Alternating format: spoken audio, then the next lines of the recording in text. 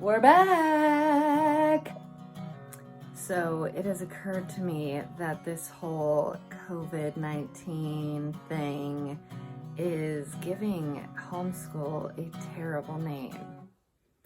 And I just thought, you know what, I'm gonna make a little vlog about what homeschool actually looks like, because first of all, if you were thrown into homeschool with like one day to think about it and handed curriculum from an overexcited teacher to try to execute at home, I would probably drink wine in the middle of the day.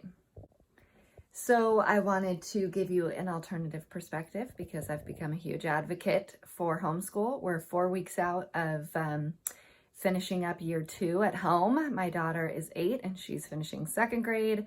My son Merritt is 6. He's finishing kindergarten legally, but most of his curriculum was 1st grade this year. And then I have a 4-year-old who's preschool. We're just totally winging that. So I also run a business from home. So I want to talk about what scheduling looks like and how you balance it. So this COVID thing has affected us pretty much zero because I already work from home. My husband works from home and we grow food at our farm and we homeschool. So it's pretty much, I think I'm like a poster child for social distancing. Yeah, I think homeschool is like the best thing ever. And I never thought I would be a homeschool parent. You guys know, you've heard me say that before. I didn't think I would do that. How do you like school at home? I like it. You like it? I love it. You love it? Can I go now? I get to start whenever I want. What time is it right now? 10:31. 10:31. We're just starting school. God help us. Merritt, tell me about homeschool. Do you like homeschool? Yeah. You do? What do you like about it? Because it's really fun to learn. What subjects do we do? We do explode the code and we do science. Are those your 2 favorite things? Yeah. English, Handwriting books. spelling, grammar, handwriting book. Grammar? Apparently I'm not doing a good job.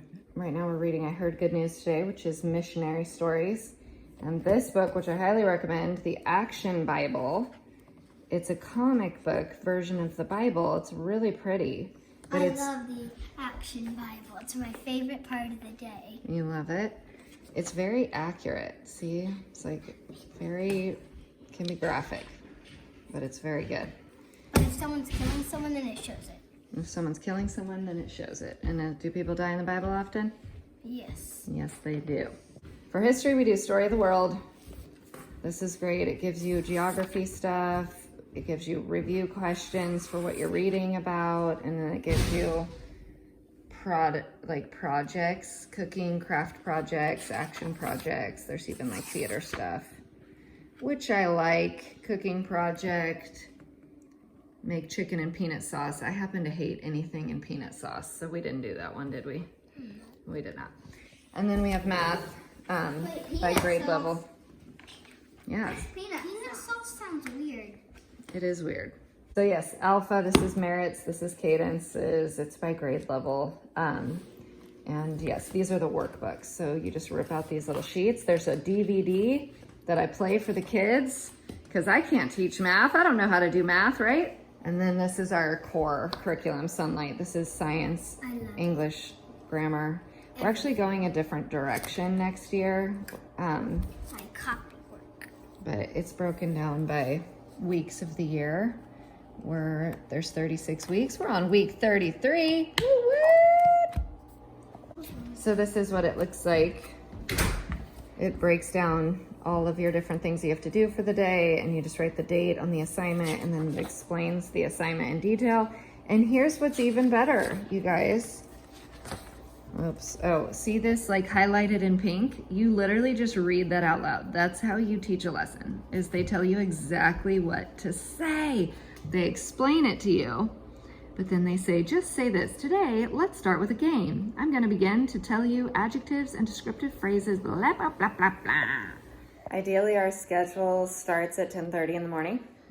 Actually, at 10 would be ideal. We go from usually 10 to 2, so it's not all day. And we take a lunch break. Hang on, baby. we take a lunch break and we take like transition breaks, but we usually start on my bed with Bible, and we usually read the good news, and then we read science, and then we come in and answer our science questions. Then we get into language, and then we usually do history or math. Sometimes the subjects get switched up based on our schedule. And sometimes if I have other appointments or something where we need to do like an abbreviated day, I'll just do all the English and grammar and math and skip the history and science and like do a little bit more of that on another day. But I rarely ever go beyond 4 hours in a day with all 3 kids. We also only do a 4-day week. So we usually take off a day at some point. Sometimes it's a Tuesday or Wednesday. Usually it's Friday. So today is Thursday, which means it's like a shortish day because we're pretty much just wrapping up what we need to finish for the week. And then we won't do school tomorrow for 3 days. Yay! Yay! Okay, we're done with school for the day. I wanted to say that we had Cadence in traditional public school in kindergarten. By Thanksgiving break, we had already decided that we would be homeschooling. So we did keep her in school for that full first year. But what we discovered is in October, we had a vacation planned as a family to California. And we went into the office to tell them ahead of time, like, we're going to miss, what work can we take or whatever. And they said, you're not allowed to miss that many days. And we said, well, we're going. It was 1 week. So we left. And the very next time that she was sick, so she was absent, was the week of Thanksgiving. And we had a truancy officer come to our door. And that's when I realized this is not going to work for us. Some of my parenting shifted from being an encourager and a prompter to a corrector. And she started to have a different attitude based on her peer group that she was being exposed to. Just different words she was using. We don't use those words. So I felt like I was losing influence as a parent very quickly. This is kindergarten, you guys. I also, recognized that she's obviously not learning Bible. And I think that my most important job as a parent is to help build her relationship with Jesus and help her understand who God is and how he impacts history and how he impacts her world. And obviously that's not being taught in school, and that's the only thing we're really here to learn on earth, right? Yeah, I just didn't like the idea that she would come home from being gone after 8 hours and I would ask her, what'd you learn today? And I don't know. And I didn't know what she had learned. I didn't know what they were teaching her or who was teaching her, or what they were saying, or I knew her teacher, but I didn't know her teacher well enough to entrust her whole future. And I wrote a blog about this, but just this idea that, we give our kids over to the world and then we're responsible for the consequences of however they're brought up. If they're adult children who live at home, or if they're adult children who are unemployable because they have attitude problems or whatever. I remember overhearing 2 dads talk about their grown sons, their 20-year-old sons. Just like, where did we go wrong? They don't have jobs and they're just, like trouble kids, and they have attitude problems and entitlement issues. And I'm like, you sent them off to the world. You don't know what they learned. You don't know who taught them. You weren't the main influence in their life if they're going off to traditional school. I want to take on that responsibility, and I want to be that main influence and that accountability, because the risk is mine. These are my kids. They will be my responsibility, good or bad. So I don't know, that was a big eye-opener to me about the world and school in the world. And we all have a million things we can complain about the school system, right? And I'm not against public school in general. Sometimes it's the only option for people, but I think people make the choice to homeschool, and people don't make the choice to public school. It's a default decision. We don't think about, like, let me weigh the pros and cons. Let me really think about, let me pray about it. Let me think what God is calling me to.